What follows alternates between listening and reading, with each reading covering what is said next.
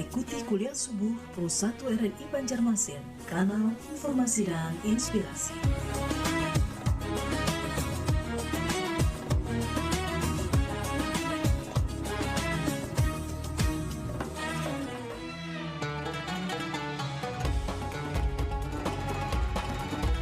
Assalamualaikum warahmatullahi wabarakatuh. Alhamdulillahirrabbilalamin. Kita panjatkan puji dan syukur kehadirat Allah subhanahu wa ta'ala.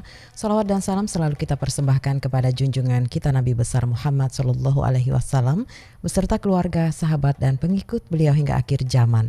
Atas izin Allah subhanahu wa ta'ala, pendengar dan juga pemirsa RRI Pro 1 yang dirahmati Allah subhanahu wa ta'ala, kita bisa bersama hari ini di kuliah subuh kerjasama dengan Universitas Islam Negeri UIN Antasari Banjarmasin untuk edisi hari ini Jumat 10 Muharram 1445 Hijriah 28 Juli 2023. Pendengar, Nabi pernah bersabda, demi Allah sungguh dunia ini lebih rendah dan hina bagi Allah daripada bangkai anak kambing ini untuk kalian, dari hadis riwayat Muslim. Dan kita akan juga bertanya dengan Ustadz kita pagi hari ini akan memberikan ilmu dan pencerahannya, yaitu Ustadz Dr. Haji Anur MHG. Assalamualaikum Ustadz. Waalaikumsalam warahmatullahi wabarakatuh. Kabarnya bagaimana Ustadz? Alhamdulillah sehat walafiat. Semoga kita semua pendengar pemirsa kita dalam kondisi yang sehat, baik. Amin. Ya Ustadz ya. Ya, dan mungkin kita sampai saat ini sudah usia mungkin 50 lebih ya, masih belum mengerti mengenai hakikat dunia itu seperti apa. Nah, kita akan mendapatkan ilmunya dari Ustadz Haji Anur. Silakan Ustadz.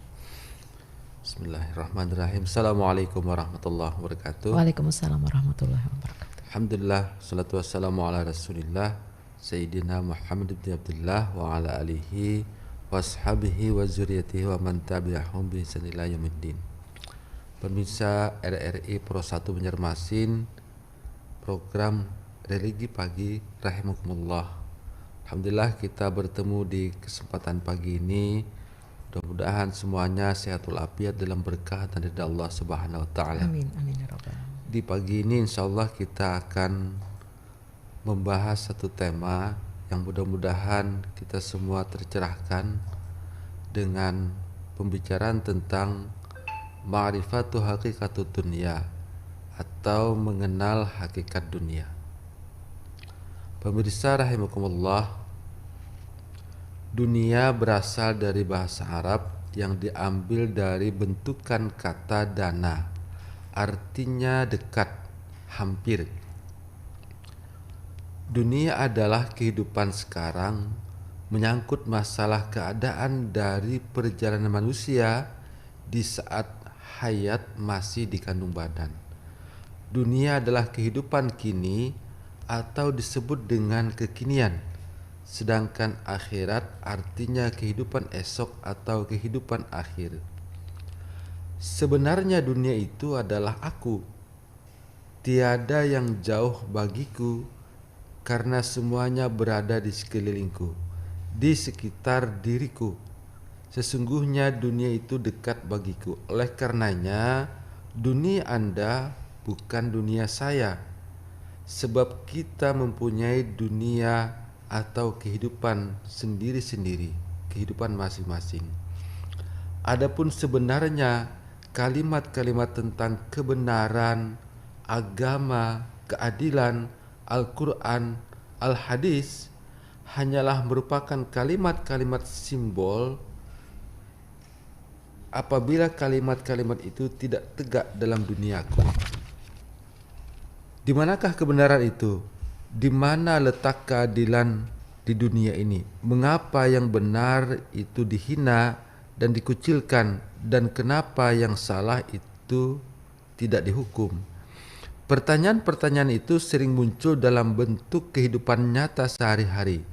Kebenaran itu akan ada kalau kita berbuat benar. Keadilan itu akan ada kalau kita berlaku adil. Semuanya pulang kepada diri kita, karena diri kita sendiri adalah dunia. Oleh karena itu, dalam keseharian kita pula ketika melakukan sholat, maka yang kita sujudkan adalah diri kita atau dunia kita, sehingga akan menciptakan sehingga akan sujud seluruh alam karena kita sujud kepada Allah yang menciptakan alam. Di dalam teori Platonisme disebutkan bahwa manusia adalah alam yang mikro. Dunia atau alam ini adalah manusia yang makro. Dalam kaidah ilmu tasawuf ada yang disebut dengan istilah wujudkan duniamu, artinya sadarkanlah akan wujud dirimu. Disinilah letak pangkal kepribadian, harga diri, kemuliaan, muruah dan sebagainya jika kita telah mewujudkan diri kita. Di manakah Al-Quran itu? Al-Quran yang tertulis berupa kitab itu namanya mushaf.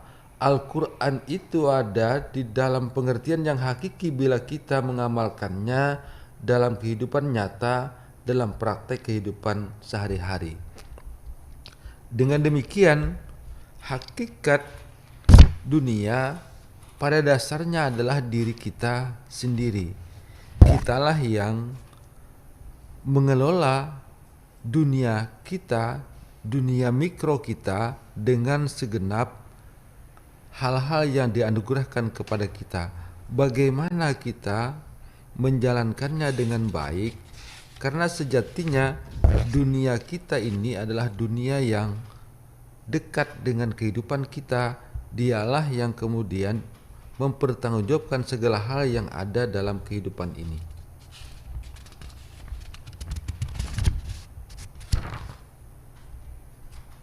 Kiranya itulah yang mengawali pembicaraan kita di hari ini. Mengenal hakikat dunia pada dasarnya adalah mengenal diri kita sendiri. Orang yang mengenal amanat ciptaan, mengenal tujuan ciptaan, mengenal apa yang seharusnya menjadi kewajibannya dan hal-hal yang wajib dijalankannya dan yang wajib ditinggalkannya dalam kehidupan dia sehari-hari, dialah yang mengenal dunianya, dialah yang mengenal dirinya, mengenal apa yang seharusnya dilakukan, mengenal potensi, dan dengan dirinya dia juga melakukan sesuatu dengan baik, dan itulah yang akan dipertanggungjawabkannya di dalam kehidupan di dunia ini ketika dihadapkan kehadirat Allah pada saatnya dia dipanggil oleh Allah Subhanahu wa taala. Demikian pemirsa pengantar diskusi kita pada hari ini. Mudah-mudahan hal ini bisa membuka ruang cakrawala diskusi kita sehingga kita dapat temukan apa sebenarnya yang menjadi hakikat dunia itu sendiri. Terima kasih, Ibu. Baik, terima kasih Ustadz Dr. Haji Anur MHG. Dan pertanyaannya, sudahkah kita mengenal diri kita, begitu ya Ustadz ya? Yaitu yang sudah disampaikan oleh Ustadz Haji Anur. Silahkan pendengar dan juga pemirsa RRI Pro 1 yang dirahmati Allah Subhanahu wa taala untuk bertanya di dua line telepon kami 0811511140 dan 051132515562. Ya, Assalamualaikum. Assalamualaikum. Assalamualaikum. Waalaikumsalam, Mbak Ica. Ya, silakan Dokter Dea. Iya, makasih ya Mbak. Ya. Assalamualaikum Bapak. Waalaikumsalam. Ini ya Pak ya, mungkin ini agak dilebar tema juga Pak. Misalnya Pak, orang ini kan ya pekerjaannya maksiat saja. Misalnya Pak yang sekarang kan mengenai korupsi merajalela Pak, apalagi di kota-kota besar.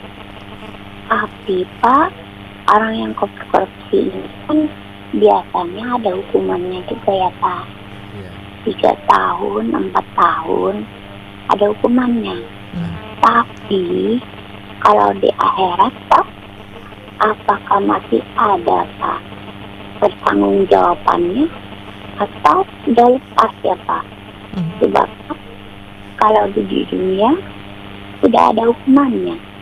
Jadi yang dia tanyakan, apakah di akhirat itu masih ada pertanggungjawabannya dengan Allah Pak? Itu aja Pak yang dia tanyakan.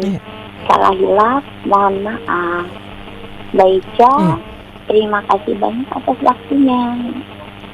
Assalamualaikum. Waalaikumsalam warahmatullahi wabarakatuh. Terima kasih Dokter Dea di Sulawesi Selatan. Tapi sekarang sudah banyak remisinya ya Ustadz ya? Ya. Banyak bonus remisi. Bonus remisi. Dan apakah masih dihukum nanti di akhirat menurut Dokter Dea? Ya, Assalamualaikum. Halo. Ya, Waalaikumsalam warahmatullahi wabarakatuh. Asyhadu an la ilaha illallah. Pak Cakrawala, silahkan Pak. Tentang mengenal diri kan ya. Mengenal hakikat dunia. Mengenal hakikat dunia ya. Ya. Jadi Islam memang ajaran yang sempurna ya.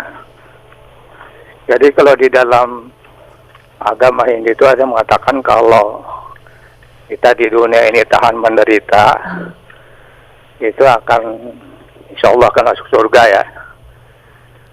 Jadi rahmat Allah kepada umat Islam yang ada di dunia ini ataupun di Indonesia itu adalah hasil dari pengorbanan atau perjuangan para syuhada, penyebar-penyebar Islam sampai ke Indonesia gitu. Jadi di dunia ini yang banyak menderita itu adalah Nabi Muhammad. Setelah itu adalah Imam Husain, cucu Nabi Muhammad, banyak menderita ya. Artinya penderitaan itu justru sebagai tebusan ataupun kadang-kadang artinya untuk rahmat bagi kaum muslimin. Jadi di dalam Islam itu pengorbanan kaum muslimin itu yang tertinggi menderita itu sebenarnya merupakan pengorbanan tinggi di dunia ini gitu lah.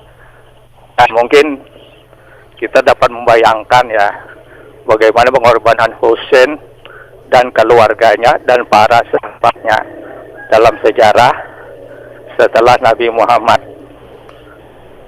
Jadi dalam pengorbanan kaum muslimin tersebut konsepnya adalah perjuangan kaum muslimin dan muslimat untuk menyampaikan sampai ke Indonesia atau negara lain fahma bini mati rabbika hadis, menyampaikan. Namun kalau kita bandingkan dengan agama lain, ini hanya perbandingan ya. Mungkin Tuhan menjelma sebagai manusia lalu berkorban gitu loh. Itu ada konsep gitu ya. Tapi bagi kaum muslimin dalam 10 Muharram ini justru pengorbanan terbesar adalah pada Imam Husain, para sahabat dan keluarganya. Nah, itulah pengorbanan kaum muslimin untuk menyelamatkan umat manusia atau orang-orang beriman. Jadi mudah-mudahan pengorbanan mereka itu justru karena dunia ini fana, tempat beribadah dan berkorban. Terima kasih. Assalamualaikum. Waalaikumsalam warahmatullahi wabarakatuh. Pak Cakrawala Bintang tahu sekali sejarah dari 10 Muharram ini ya Ustadz ya. Baik, silahkan. Assalamualaikum. Waalaikumsalam warahmatullahi wabarakatuh. Ini Rohina, silahkan nih. Iya. Assalamualaikum warahmatullahi wabarakatuh Ustaz. Waalaikumsalam. Kita misalnya kan mengetahui di negeri Arab itu Pak, di Saudi Arabia, di Mekah ya. Itu hukum rajam, ada juga hukum pancung. Nah, ini ya hampir sama dengan pertanyaan Ibu Dia. Artinya bagaimana ini di akhirat nanti kalau sudah di dunia itu kan hukumannya sangat berat kita. Ya. Nah, bagaimana Ustaz Ulun mohon pencerahan pian. Terima kasih. Mohon maaf zahir dan batin juga Mbak Ica. Assalamualaikum warahmatullahi wabarakatuh. Waalaikumsalam warahmatullahi wabarakatuh. Ada 3 pendengar dan juga pemirsa kita yang sudah bergabung. Ustadz, ada Dokter Dea di Sulawesi Selatan, Pak Cakrawala Bintang, dan ini Rohina di Trikora. Silakan Ustadz. Baik, terima kasih. Alhamdulillah Bapak Ibu yang sudah memberikan tanggapan atas diskusi kita di hari ini bertemakan mengenal hakikat dunia. Tema-tema ini tentu penting bagi kita, termasuk juga apa yang dikemukakan oleh Ibu Dokter Dea, Bapak Cakrawala dan Ibu Rohina. Ini juga berkaitan dengan bagaimana kehadiran kita di dunia, termasuk juga hal-hal yang berhubungan dengan sanksi ya, yang ketika kita berada di dunia ini melakukan beberapa kesalahan gitu. Yang pertama dari Ibu Dr. Dea, ketika seseorang menjalani kehidupan, tentu ada aturan-aturan, ada garisan-garisan yang baginya perlu untuk diketahui dan juga dipatuhi dan dijalankan. Agama mengatur sejumlah hal agar manusia tertuntun dalam kehidupannya. Begitu juga negara mengatur berbagai macam sisi kehidupan yang tujuannya tentu bagi tertatanya kehidupan kenegaraan. Ketika seseorang melakukan kekeliruan yang dia berkaitan dengan kehidupan keduniaan, kenegaraan, yang dengannya berkaitan langsung juga dengan hukum-hukum agama, karena pada dasarnya yang diatur dan dikelola oleh negara itu berkaitan juga dengan ajaran dan aturan yang ada dalam agama, maka hukum yang dijalankan tentu saling berkaitan di antara keduanya. Ketika seseorang melakukan kesalahan, sebagaimana pertanyaan Ibu Dr. Dia tadi, korupsi dan seterusnya gitu, yang dihukum berdasarkan aturan hukum positif, ini tentu adalah bagian dari upaya mengingatkan untuk meluruskan kembali arah jalan kehidupan yang dikelola oleh seseorang dengan dirinya. Pada akhirnya berkaitan atau tidaknya hukum itu dengan keakhiratan bergantung pula dengan keikhlasan seseorang untuk menjalani proses hukum itu, termasuk juga adakah perubahan yang terjadi dengan seseorang ketika dia menjalani proses itu. Kita jangan lupa prinsip ajaran agama yang disampaikan oleh Allah Subhanahu wa taala bahwa ampunan Allah itu mendahului hukumannya. Kasih sayangnya mendahului kemarahannya. Cintanya mendahului murkanya. Jika hambanya ikhlas menyadari kesalahan, kekeliruan, bertobat dengan apa yang dia lakukan, artinya dia sudah mampu mengelola dirinya, mengelola dunianya. Insya Allah kehadirannya di alam dunia ini penuh dengan tuntunan rahmat dan maghfirah Allah. Dengan begitu, hukum positif yang dijalaninya berkorelasi, berhubungan langsung dengan alam keakhiratannya. Setelah menjalani proses hukum di dunia, dia hadir dengan dunianya yang baru, dengan dirinya. Dengan begitu berarti dia menapaki kehidupan di dunia ini dengan penuh kebaikan. Langkah-langkah seseorang setelah melalui proses hukum dunia, hukum positif, dengan kebaikan sesungguhnya merupakan juga perwujudan doa diri ke hadapan Allah Subhanahu wa taala. Semoga dirinya yang telah tersadarkan, dunianya yang telah tertuntun, mendoa, berharap, berhajat kehadirat Allah, senantiasa dituntun dalam bimbingan dan diharapkan agar dirinya ketika mengakhiri dunianya di dunia ini dengan husnul khatimah. Insya Allah ridha Allah, maghfirah Allah, ampunannya mendahului murkanya, mendahului hukumannya. Dengan persyaratan tadi, dia ikhlas menjalani itu sebagai wujud dari pelurusan dunianya agar sesuai dengan tuntunan dan ajaran yang diperintahkan oleh Allah Subhanahu wa taala. Nah, kiranya begitu juga dengan apa yang ditanyakan oleh Ibu Rohinah. Ya. Menjalani hukum, baik dia bersumber dari hukum agama atau hukum positif, yang sejatinya hukum itu bertujuan mengatur, mengarah kepada kebaikan, tentu persyaratan menjalani tadi adalah dengan keikhlasan.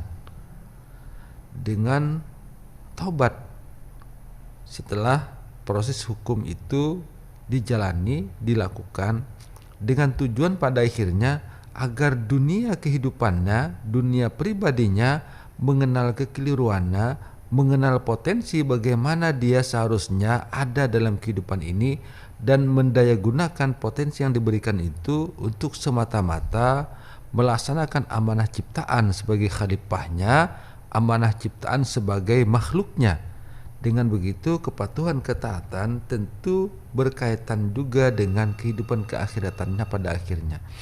Karena kehidupan keakhiratan itu diperoleh sesuai dengan gambaran dunia yang dilakukan. Insya Allah apa yang dilakukan dunia juga berpengaruh dengan apa yang dijalani nanti di akhirat. Hukum dunia yang dijalankan itu akan berhubungan erat dengan hukum akhirat yang akan diterima. Dan selanjutnya berkaitan dengan pertanyaan Bapak Cakrawala tentang derita yang dijalani dalam kehidupan dunia. Pada prinsipnya Allah menciptakan dunia ini dengan rahmatnya. Allah menciptakan manusia juga dengan rahmat dan kasih sayangnya. Dan potensi-potensi diberikan kepada manusia itu adalah untuk pemenuhan rahmat dan kasih sayang Allah Subhanahu wa taala. Bahwa di dalam kehidupan di dunia ini ada derita, ada pedih, ada suka duka dan sebagainya. Itulah dinamika yang dijadikan Allah sebagai bahan uji untuk menuntut janji manusia yang mampu melakukan kepatuhan dan ketaatan sebagai prasyarat dia dilahirkan ke dunia. Karena sebelum seseorang dilahirkan ke dunia, dia sudah ditanyakan sejumlah hal tentang akidah yang dia harus ikuti, tentang pekerjaan yang harus dia jalankan, tentang berbagai macam hal yang nanti akan ditanyakan setelah kehidupan dia berakhir. Alastu birabbikum, begitu kan pertanyaannya, dan hal-hal yang berkaitan dengan kekhilafahan di dunia ini. Nah, oleh karena itulah kemudian dinamika kehidupan itu adalah bagian yang harus diresapi oleh seseorang sebagai bagian dari dunianya yang harus dia ikuti dengan kebaikan, dengan kepatuhan dan keikhlasan. Dalam konteks kepatuhan dan ketaatan, sejatinya sesungguhnya bagi orang yang ikhlas melakukannya bukanlah derita dengan apa yang disebut oleh orang lain atau dengan kasat mata disebut sebagai derita, sebagai kesulitan dan kesusahan. Itu adalah bagian dari upaya menunjukkan kepatuhan seseorang kepada Rabb-nya, kepada ajarannya untuk memenuhi perjanjian primordial yang sudah dia lakukan sebelum dia dilahirkan ke dunia ini, perjanjian di alam rahim. Nah, oleh karena itulah kemudian dalam bentuk menunaikan tugas-tugas kehidupan ini ada satu istilah yang sering berkembang dan kita pahami, man arafa nafsahu faqad arafa rabbahu. Arafa nafsahu itu bertujuan adalah seseorang yang mengenali potensi diri, mengenali bagaimana dia seharusnya mengoptimalkan apa yang dianugerahkan oleh Allah kepada dirinya untuk sebesar-besarnya digunakan bagi penunaian tugas kekhilafahan dan kemakhlukannya itu di dunia. Nah, dengan begitu berarti Allah pun tidak menandaskan agar seseorang melakukan sama dalam dunia ini sesuai dengan potensi yang diberikan oleh Allah Subhanahu wa taala pada dirinya. Dia kenal dengan itu. Dia kenal dirinya pedagang, maka penunaian tugas kehilafannya dengan dunia perdagangannya. Dia seorang politikus dengan dunianya. Dia seorang polisi, dia seorang tentara, dia seorang guru, dia seorang tukang beca. Disitulah dia menunaikan tugas kehilafahannya itu seoptimal mungkin, mengenali, mengupayakan dengan apa yang diberikan oleh Allah untuk patuh kepada syariat-syariatnya. Dengan begitu Allah maha adil untuk memberikan penilaian atas tugas kemakhlukan. Nah, oleh karena itulah kemudian potensi yang berbeda, pekerjaan yang berbeda, itu sesungguhnya merupakan alat ukur juga bagi Allah untuk menilai optimalisasi potensi itu, kepatuhannya dengan apa yang dijalankan oleh Allah Subhanahu wa taala.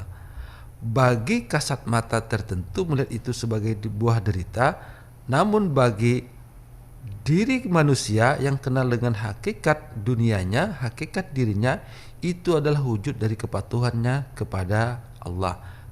Allah tidak meminta sesuatu yang sama, tetapi mengukur dari potensi yang dimiliki oleh seseorang dengan dirinya. Insya Allah begitu Pak Cakrawala. Mudah-mudahan ini bisa memberikan jawaban atas pertanyaan tadi. Demikian Ibu. Baik Ustadz Haji Anur, jadi sudah terjawab semua. Dan nanti kita akan terima lagi juga pendengar dan juga pemirsa kita yang ingin bertanya kepada Ustadz. Dan juga ada lewat WhatsApp Pro 1 juga sudah beberapa orang yang ingin bertanya kepada Ustadz. Tapi sebelumnya kita jeda sesaat. Siap, insya Allah.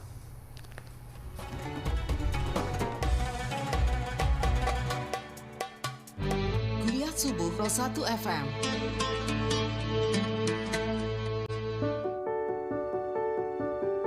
Manfaatkan 5 perkara sebelum datang 5 perkara. Waktu mudamu sebelum datang waktu tuamu. Waktu sehatmu sebelum datang waktu sakitmu. Masa kayamu sebelum datang masa kefakiranmu. Masa luangmu sebelum datang masa sibukmu. Hidupmu sebelum datang kematianmu. Hadis riwayat Al-Hakim.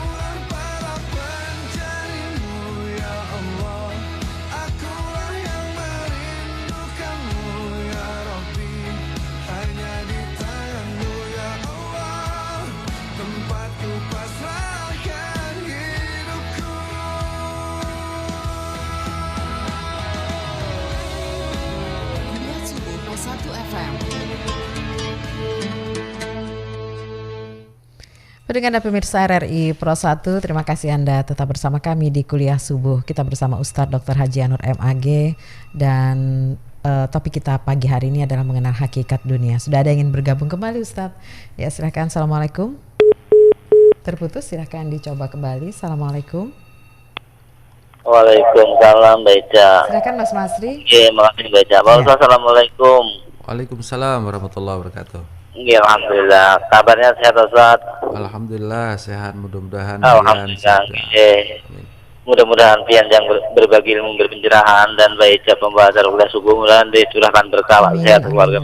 Amin amin. Ingin Allah mempertanyakan tentang musibah Pak Ustaz. Oke. Kan di mana kan sekarang kan musibah bencana kan terjadi pada saat seperti tanah longsor, gempa bumi, banjir melanda. Nah itu maksudnya Allah itu apa, teguran kepada kita, apa hukuman kepada kita? Kan kalau tidak salah ada dalilnya Pak Ustaz. Iya. Begini Pak salah, kalau tidak salah, musibah bencana tak akan diturunkan kalau di tengah-tengah kampung ada orang yang masih yang beristighfar, katanya kalau tidak salah begitu buat kurang lebihnya. Nah itu yang mau penjelasannya Pak Ustaz. Terima kasih Mbak Ica. Yeah. Assalamualaikum warahmatullahi wabarakatuh. Waalaikumsalam warahmatullahi wabarakatuh. Kita beralih ke WhatsApp dulu Ustadz. Silakan. Ada dari Pak Busu di Balangan ya, Pak Ustadz tadi ada menyinggung yang salah kok tidak dihukum, yang benar justru yang dihukum, atau yang berani kritik penguasa lekas sekali diproses hukum. Bagaimana ini Pak Ustadz? Tolong pencerahannya, terima kasih sebelumnya. Baik, untuk Pak Busu ya di Balangan.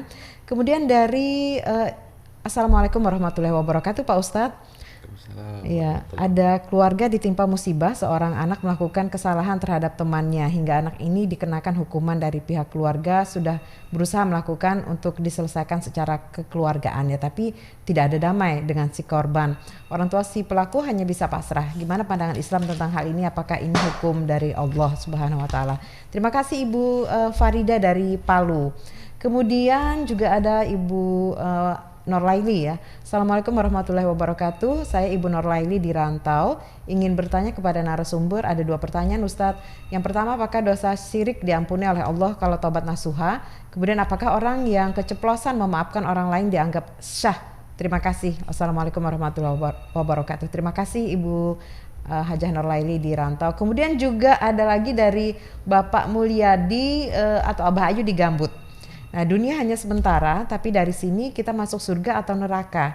Nah, bagaimana kita bisa memilih dan memilah apa yang kita pikirkan, lakukan sehingga kita bisa pada jalur yang lurus, mudah dan murah untuk mencapai bahagia di sini dunia sampai surga.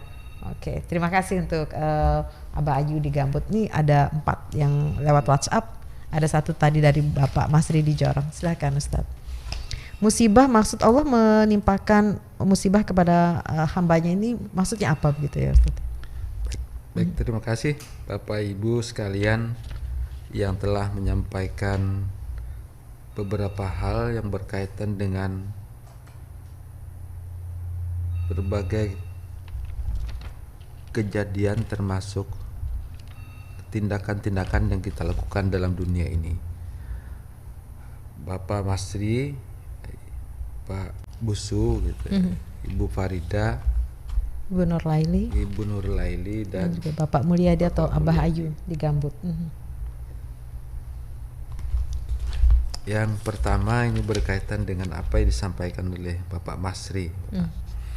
Allah Subhanahu wa taala tentu ketika dengan kunnya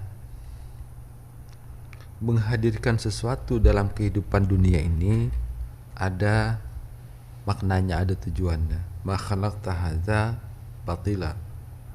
Termasuk juga dengan musibah, bencana dan berbagai macam hal yang tentu bagi kita tidak menyenangkan, tidak mengenakan gitu kan. Apakah ini teguran atau hukuman? Memang pada dasarnya kedua hal itu senantiasa berkait kelindan, itu saling berhubungan, bergantung dari manusia yang memaknai berbagai macam kejadian itu. Ketika penuh dengan keinsyafan dalam dirinya terhadap bencana, musibah, penderitaan itu, maka dia memaknai sebagai cara Allah untuk mengingatkan dirinya akan kepatuhan, ketundukan, atau cara Allah untuk mengingatkan dirinya untuk menjauhi dari pelanggaran dan kebatilan. Di sisi tertentu bisa juga ini merupakan hukuman, dan hukuman itu seringkali berkaitan juga dengan bagaimana perlakuan manusia terhadap dunia di luar dirinya. Artinya bagaimana manusia memperlakukan alam lingkungan ini dalam kehidupannya. Nah, ketika seseorang melakukan pengelolaan terbaik dengan dirinya, dia berharap akan maslahat, akan kebaikan, seharusnya juga dia memperlakukan dunia lain yang memiliki ekosistem sendiri dengan dunianya itu dengan kebaikan. Nah, persoalannya adalah kita seringkali tidak adil dengan hal ini.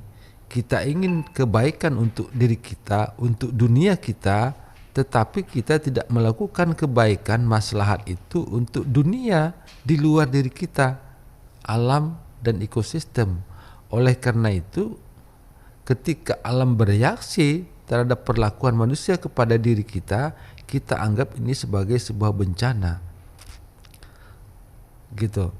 Nah, karenanya kemudian ketika mengharapkan kebaikan untuk diri, maka berlaku baik pula untuk diri yang lain, untuk dunia yang lain, manusia dengan dunianya, alam sendiri dengan dunianya. Maka perlakuan itulah yang seharusnya kita jalankan. Sehingga dengan begitu berarti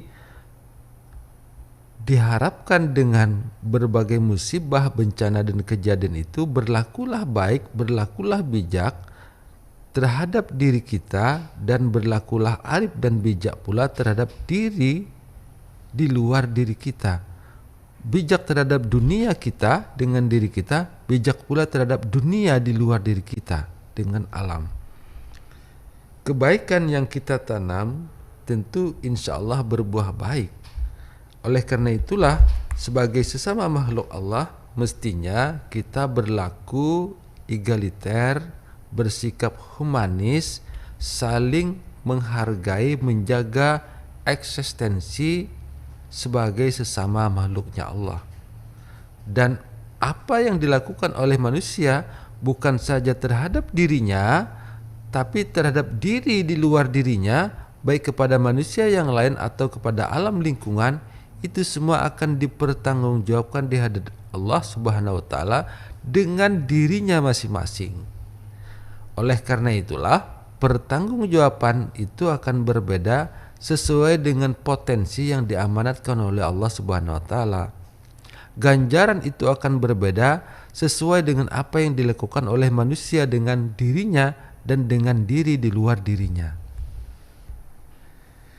Kemudian yang selanjutnya berkaitan dengan apa yang disampaikan oleh Bapak Busu di Balangan, Bu ya? Iya, Busu di Balangan. Ya, ini adalah fakta-fakta yang dihadirkan kepada kita untuk melihat bagaimana dunia ini penuh dengan berbagai macam hal yang diantaranya mempertontonkan hal-hal yang di luar dari garisan, di luar dari syariat, di luar dari tuntunan yang seharusnya berlaku dalam kehidupan ini. Salah tidak diapa-apain gitu kan, yang benar kok diapa-apain gitu kan. Terbalik ya Ustaz. Terbalik.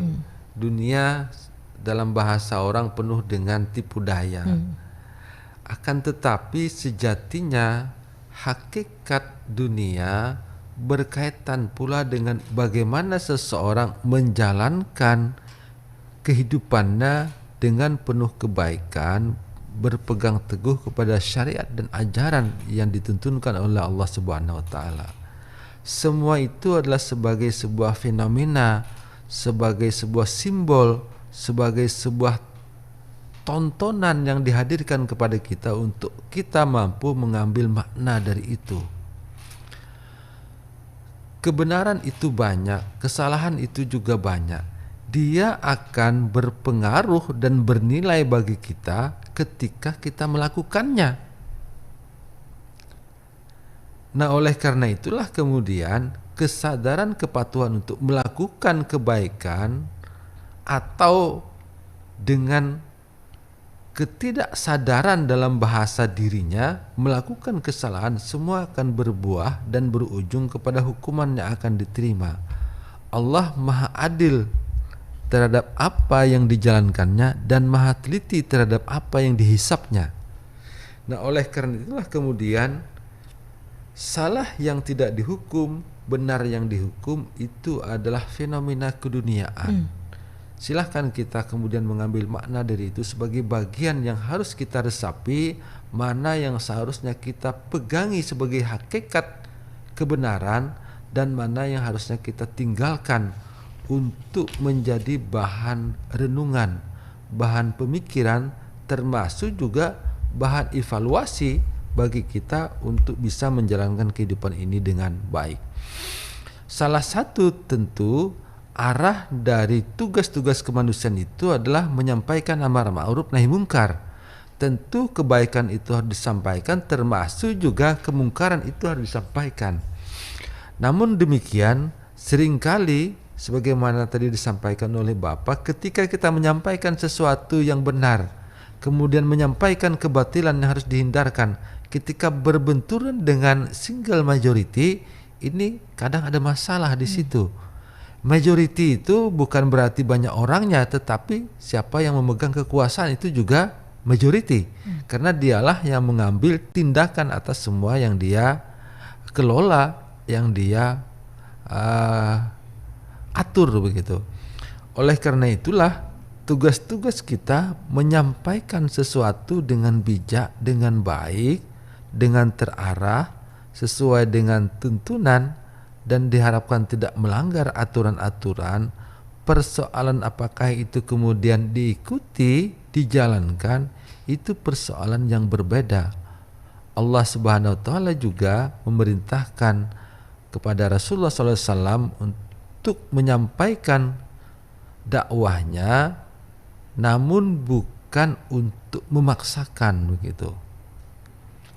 Nah, oleh karena itulah tugas kita ketika mampu dilakukan dengan lisan, dengan tulisan, jika itu membahayakan, lakukanlah dengan sebesar mungkin ketidakridaan kita atas ketidakadilan yang berlaku.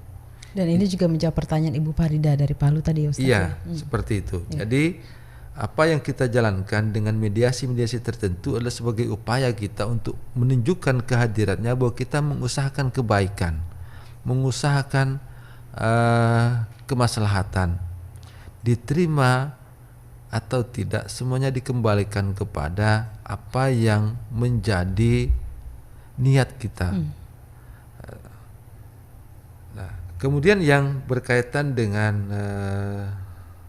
pertanyaan Ibu Nurlaili. Dosa syirik diampuni Allah. Apakah dosa syirik diampuni Allah kalau sudah taubat nasuha, Ustaz? Insya Allah tentu Allah Maha Pengampun atas segala apa yang dilakukan oleh hambanya. Allah Maha tahu atas apa yang diujikan kepada hambanya, dan Allah Maha memberi petunjuk atas apa yang dilakukan dengan khilaf hambanya. Taubat nasuha adalah sesuatu yang luar biasa, dan itu merupakan hidayah. Gerakan ke arah taubat nasuha itu seringkali orang sebut dengan mendapatkan berkah begitu kan, termasuk juga dengan malam Lailatul Qadar itu. Intinya adalah seseorang yang bergerak dari ketidakbaikan ke arah kebaikan, sesungguhnya dia mendapatkan hidayah, petunjuk, bimbingan, inayah dari Allah. Allah Maha Pengampun atas segala yang dilakukan oleh hambanya. Mungkin asal jangan sampai dalam kondisi gororah begitu ya, saat sudah nyawa sudah mau di dalam kondisi sakaratul maut begitu ya, Ustaz. Ya, itu kan biasanya terjadi ketika seseorang tidak mau mengikuti apa yang melekat dalam dirinya. Karena sesungguhnya begini, hakikat dunia yang sebenarnya itu adalah pada roh dan jiwa. Roh dan jiwa itu senantiasa mengajak kepada kebaikan, kepada kepatuhan, ketaatan. Namun kadangkala seseorang dikelilingi oleh dunia yang lain.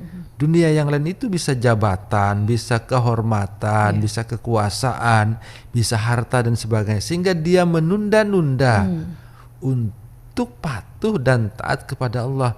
Sadar rohnya, sadar jiwanya, tapi dunianya yang lain, kekuasaannya, jabatannya mengajaknya untuk kapan Anda memanfaatkan dunia ini. Faktor di luar dirinya ya, Ustaz. Iya, faktor di luar dirinya yang terlalu mengikat. Sehingga kadangkala kesadaran ke arah kepatuhan yang optimal itu baru hadir Sesungguhnya Allah ketika dia menyentuh hambanya dengan tuntunan, dengan hidayah, itu harus disambut. Seseorang dituntun untuk patuh kepada Allah, misalnya ketika di hadapannya ditawarkan sejumlah kebaikan, ditawarkan kembali sejumlah kebaikan. Dia punya harta, punya pangkat, punya jabatan, punya kesempatan. Ketika di dekat rumahnya ada orang bangun masjid, dia peduli atau tidak? Tawaran itu adalah tawaran pertama, dan jangan lupa Allah tidak menawarkan itu berulang kali. Ketika tawaran itu datang, dia tidak hiraukan, niscaya Allah akan sibukkan dia bukan dengan urusan kebaikan, tapi dia sibukkan dengan urusan jabatannya, pangkatnya, dan seterusnya yang dia capai dengan cara apapun baginya agar bisa tercapai, sehingga dirinya kemudian dilingkupi oleh ketidakpatuhan. Dan itu seringkali kesadaran untuk menjadi patuh dan taat itu tertutupi dengan ketidakpatuhan itu, dan baru hadir setelah pangkatnya berakhir, jabatannya berakhir, kekuasaannya berakhir. Itu adalah kepatuhan yang terpaksa. Kepatuhan yang terpaksa begitu. Baik Ustadz, karena waktu kita nih. Untuk yang apakah orang yang keceplosan memaafkan orang lain dianggap sah begitu ya Ustadz? Ini mungkin tentu pada dasarnya zahir itu adalah ukuran batin. Meskipun tentu pada akhirnya yang batin itu bergantung kepada keikhlasan yang mengucapkan. Yang kita terima dengan kasat mata kita adalah apa yang terucapkan. Sementara ukuran yang sebenarnya dengan apa yang diungkapkan itu adalah si pemilik pengungkap. Sehingga dengan begitu kita sudah bisa menjadikan verbal itu sebagai bentuk keikhlasan, sebagai bentuk kemaafan, sementara yang rohani, yang jiwa itu urusan yang bersangkutan dengan Sang Maha Pemilik rohani dan jiwa. Untuk Abah Ayu mungkin hanya sebuah sharing begitu ya Ustadz ya. Dunia hanya sementara, tapi dari sini kita masuk surga atau neraka. Nah, bagaimana kita bisa memilah dan memilih dan memilah apa yang kita pikirkan, lakukan sehingga kita bisa pada jalur yang lurus. Ini tadi terkait dengan keikhlasan ya Ustadz ya. Ya, tentu bahwa dunia ini seringkali diungkapkan seperti itu. Tetapi pada dasarnya dunia ini adalah alat pengukur, alat penguji untuk kepatuhan, ketaatan yang dengannya nanti akan diganjar dengan sesuatu yang bernilai atau serupa dengan apa yang dilakukan. Dunia ini berada di antara dua ketiadaan. Ketiadaan pertama di alam roh ketika berjanji kita dengan kepatuhan, ketaatan kepada Allah, baik pada sisi rohani atau jasmani, tauhid dan tugas-tugas kekhalifahan, berjanji dengan rukun iman dan rukun Islam, dunia sebagai pembuktiannya yang nanti akan dipertanggungjawabkan di ketiadaan yang kedua di alam akhirat. Mudah-mudahan waktu yang singkat kita berada di dunia ini dapat kita isi dengan mengoptimalkan potensi diri sesuai dengan kemampuan dan apa yang dianugerahkan oleh Allah kepada kita. Allah Maha Adil dengan itu. Seorang petani tentu hisapnya sesuai dengan apa yang dia miliki. Seorang pejabat juga begitu, dan seterusnya dan seterusnya. Seseorang harus menyadari kediriannya, menyadari potensinya, termasuk juga arafa nafsahu itu adalah mengenal kelemahan diri. Jika sudah tahu kita akan mudah goyah, janganlah dekat dengan tempat yang menggoyahkan itu. Hijrah ya. Iya. Artinya kita berusaha untuk mengenali potensi diri ke arah kebaikan, termasuk juga potensi yang bisa membawa kita ke arah pelanggaran. Berusaha untuk mengelola itu dengan baik. Insya Allah dunia yang diberikan Allah dengan diri kita adalah dunia yang tertuntun. Mudah-mudahan tentu semua kita berharap bermunajat kehadirat Allah Subhanahu Wa Taala senantiasa dalam lindungan, bimbingan dan rahmatnya, karena kita pada dasarnya adalah makhluk yang dilingkupi dengan kesilapan, dengan kehilapan, dan itu dekat dengan diri kita karena jasmani kita ini adalah bagian dari hal-hal yang penuh dengan potensi untuk menggoda ke arah itu. Dunia materi itu lekat dengan jasad kita. adalah kebohongan besar kalau seorang katakan saya tidak suka dengan kemewahan, tidak suka dengan sesuatu yang menarik, tidak suka dengan rumah yang bagus. Tentu itu adalah bagian dari keduniaan kita sebagai manusia. Dan mudah-mudahan kita senantiasa dapat memandang dunia ini penuh dengan kebaikan. Amin. Allah ciptakan kita dengan kebaikan, ciptakan dunia dengan rahmat. Jikapun ada derita, ada kesulitan, itu adalah dinamika yang dijadikan Allah sebagai bahan uji. Allah menguji seseorang dengan batas-batas yang dia tahu sampai mana itu untuk mengukur ketaatan kepatuhannya dari seorang hamba kepada Allah. Nah, itu bagian dari kesimpulan juga ya Ustadz. Insya Allah.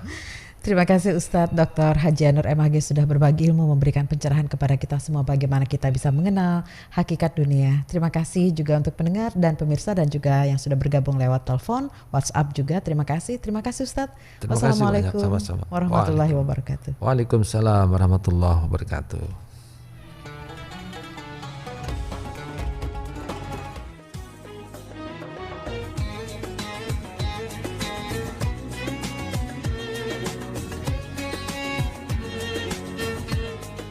Telah kita ikuti bersama Kuliah Subuh Pro 1 RRI Banjarmasin, kanal informasi dan inspirasi.